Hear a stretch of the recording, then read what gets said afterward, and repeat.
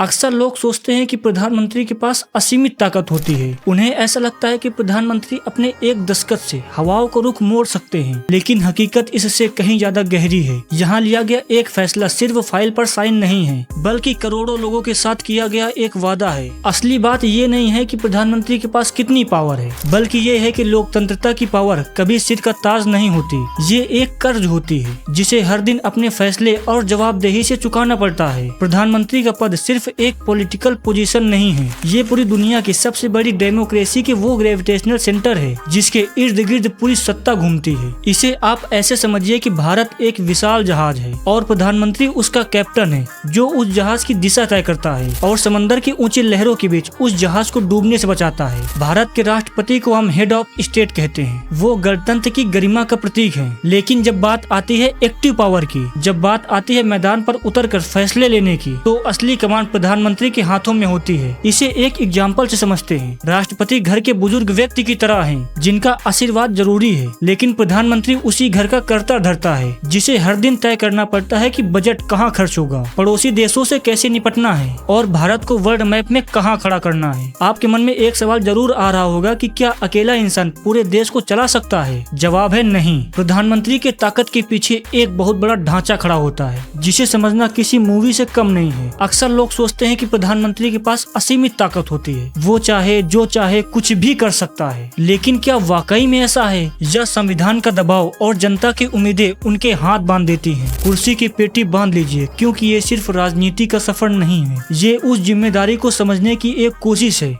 जिसे हम लोकतंत्र कहते हैं। साल 1947 जब भारत आजाद हुआ था, लेकिन उस समय पूरा देश बिखरा हुआ था। सोचिए, एक तरफ लाखों शरणार्थी आ रहे हैं और दूसरी तरफ 500 से ज्यादा शिकायतें थी। उस वक्त प्रधानमंत्री की कुर्सी पर बैठने वाला शख्स पंडित जवाहरलाल नेहरू था। उनके सामने कोई बना बनाया मैनुअल नहीं था, उन्हें खुद एक रास्ता बनाना था। उस दौर में आज का पावरफुल पीएमओ वजूद में नहीं था। इसे तब पीएमएस यानी प्राइम मिनिस्टर सीक्रेट्स कहा जाता था। ये एक बहुत छोटा सा ऑफिस था। नेहरू जी अपनी ताकत के लिए किसी एजेंसी पर नहीं, बल्कि कैबिनेट और पर्सनल लेटर्स पर भरोसा करते थे। वो देर रात तक मुख्यमंत्री और मंत्रियों को चिट्ठी लिखा करते थे। अब कहानी में एक बड़ा ट्विस्ट आता है। 1966 में जब इंदिरा गांधी सत्ता पर आई, तो उन्होंने महसूस किया कि अगर देश को तेजी के साथ बदलना है, तो पुरानी धीमी रफ्तार से काम नहीं चलेगा। यहीं से जन्म हुआ उस ताकतवर संस्था का, जिसे हम आज पीएमओ यानी प्राइम मिनिस्टर ऑफिस कहते हैं। 1977 में इसका नाम बदला गया। यहाँ गौर करने वाली बात यह है, इंदिरा गांधी ने पीएमओ को एक सुपर एजेंसी बना दिया। अब रक्षा, विदेश नीति और अर्थव्यवस्था के बड़े फैसले मंत्रियों के कमरे में नहीं, बल्कि पीएमओ के गलियारे में होने लगे।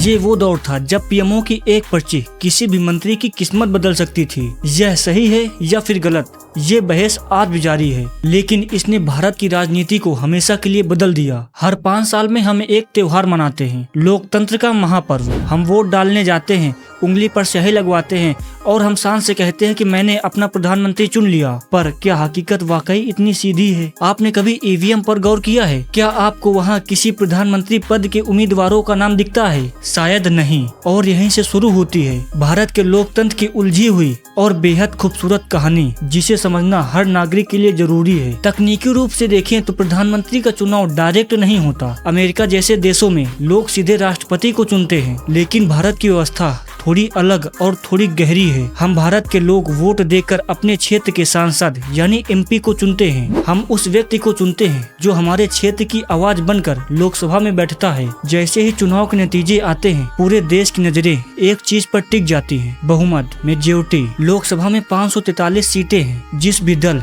या फिर पार्टी के पास 272 या फिर इससे ज्यादा सांसद होते हैं, वही खेल के असली खिलाड़ी बनते हैं। लेकिन कहानी यहाँ से खत्म नहीं होती। यहाँ से तो सिर्फ मोड़ लेती है। जीते हुए 272 सांसद एक कमरे में मिलते हैं। वहाँ चर्चा होती है कि हम में से प्रधानमंत्री कौन बनेगा। वहाँ सभी अपना नेता चुनते हैं और भारत के राष्ट्रपति को चुने हुए नेता का नाम देते हैं। वही देश का प्रधानमंत्री बनता है और उसे ही शपथ दिलाते हैं। तकनीकी रूप से प्रधानमंत्री के पास असीमित ताकत नहीं होती। उन्हें हर वक्त लोकसभा में भरोसा जीतना पड़ता है। अगर एक भी नो कॉन्फिडेंस मोशन पास हो गया, तो प्रधानमंत्री को उसी वक्त इस्तीफा देना पड़ता है। उनकी कुर्सी सिर्फ उतनी मजबूत है जितना उनके पास बहुमत है। क्या एक अकेला इंसान 140 करोड़ से ज्यादा लोगों वाले देश को चला सकता है? हर फाइल को पढ़ना, हर दुश्मन पर नजर रखना, हर प्रोजेक्ट को हरी झंडी दिखाना, क्या ये मुमकिन है? जवाब है बिल्कुल नहीं। आज हम उस पर्दे को हटाएंगे जिसके पीछे पूरी सरकार चलती है। प्रधानमंत्री सिर्फ एक चेहरा नहीं है, उसके पीछे एक विशाल हाईटेक और बेहतरीन मशीन काम करती है। सबसे पहले मिलिए उस जगह से जिसे हम सरकार का ब्रेन कहते हैं, पीएमओ,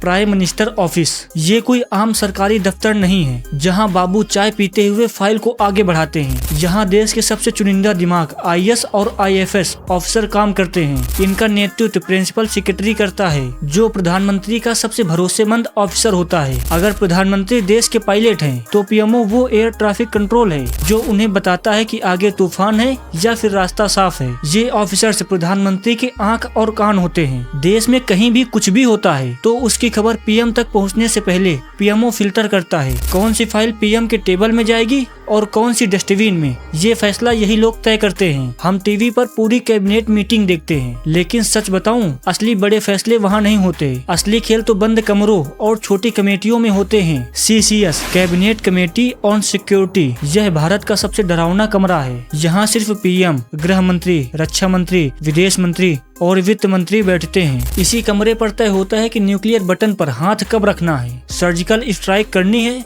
या नहीं, बॉर्डर पर सेना को कितनी छूट देनी है। यहाँ लिया गया एक गलत फैसला जंग छेड़ सकता है। यहाँ का तनाव आप हवा में महसूस कर सकते हैं। CCEA, cabinet committee on economic affairs, यह वो कमरा है जहाँ भारत की किस्मत लिखी जाती है। हजारों करोड़ों के प्रोजेक्ट, हाईवे, पोर्ट्स, बड़ी बड़ी इंटरनेशनल डील्स सब यहीं अप्रूव होती हैं। आपकी जेब पर जो असर पड़ता है वो फैसला इसी कमरे में लिया जाता है। प्रधानमंत्री की सुरक्षा कोई आम पुलिस नहीं करती, इसके लिए एक खास फोर्स है, एसपीजी। इन कमांडोज की ट्रेनिंग इतनी खौफनाक होती है कि ये पीएम के लिए गोली खाने से पहले एक सेकंड भी नहीं सोचते। इनका मकसद एक ही होता है, जिंदा ढाल बनना। आपने पीएम का काफिला देखा ही होगा, 15-20 गाड़ियां साथ चलती हैं। जिस गाड़ी में पीएम बैठते हैं वो कोई कार नहीं है, बल्कि पहियों पर चलता एक टैंक है। इस कार पर अगर आप AK-47 खाली कर दें तो इस कार पर कोई खरोच भी नहीं आएगी। कार के नीचे अगर TNT बम फट जाए तो भी अंदर बैठे इंसान को कुछ नहीं होगा। यहाँ तक कि अगर केमिकल अटैक हो जाए तो कार के अंदर अपना ऑक्सीजन सिस्टम चालू हो जाता है। प्रधानमंत्री जहाँ रहते हैं वो कोई आम घर नहीं है। ये दिल्ली के बीचों बीच फैला एक 12 एकड़ का किला है। इस घर के नीचे एक अंडरग्राउंड टनल है।